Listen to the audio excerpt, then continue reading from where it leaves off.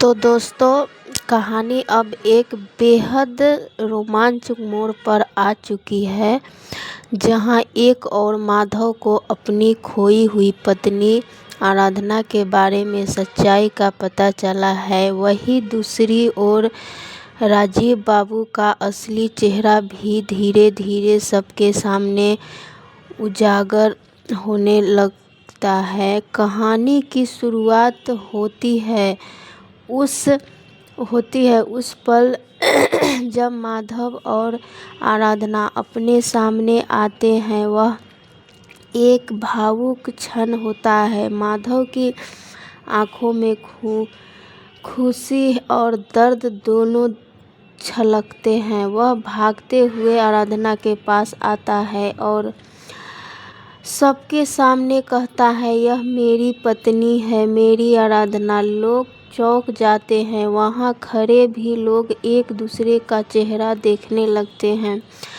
राजीव बाबू के चेहरे पर घबराहट साफ नजर आती है। माधव आगे कहता है, यह खाई है, खाई में गिर गई थी। हम सब के समझ कि यह अब इस दुनिया में नहीं रही, लेकिन यह जिंदा है, सामने खड़ी है। तभी राजीव बाबू आगे आते हैं और सच्चाई का पर्दा उठाते हैं। यह लड़ाई खाई में गिरी जरूर थी, लेकिन मैं ही इसे वहां से उठाकर लाया। यह बहुत गंभीर हालत में थी। मैंने इसे हॉस्पिटल में भर्ती करवाया, उसका इलाज करवाया, तब जाकर यह ठीक हुई। लेकिन अब होश आया तो इसे अपनी याददाश्त खो चुकी थी।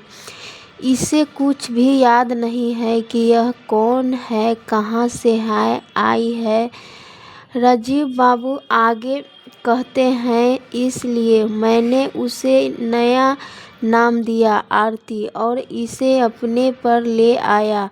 माधव को यह सब सुनकर गुस्सा तो आता है, लेकिन वह अपने गुस्से को काबू में रखता है और आराधना की तरफ देखकर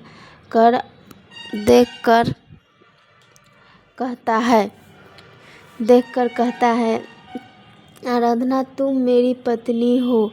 दोनों की शादी हो चुकी है। हम माधव वंश परिवार से है। लेकिन आराधना की आंखों में कंफ्यूजन झलकती है। धर्म हुई, कुछ भी याद नहीं उसे। तो देखिए दोस्तों, कौन झूठ। अब एक नया मोड़ आता है जब राजीव बाबू की असली मंशा सामने आती है। दरअसल राजीव बाबू आराधना के सामने जबरदस्ती शादी करना चाहता है। उसने लोगों को बताया था कि यह लड़की उसकी मंगेतर है, जिसका नाम आरती है। लेकिन अब जब माधव सामने आ चुका है और आराधना को पहचान चुका है, तो राजीव बाबू का डर बाहर आने लगता है। राजीव बाबू खींचते हुए कहता है, यह मेरी होने वाली पत्नी है, मेरी मंगेतर है।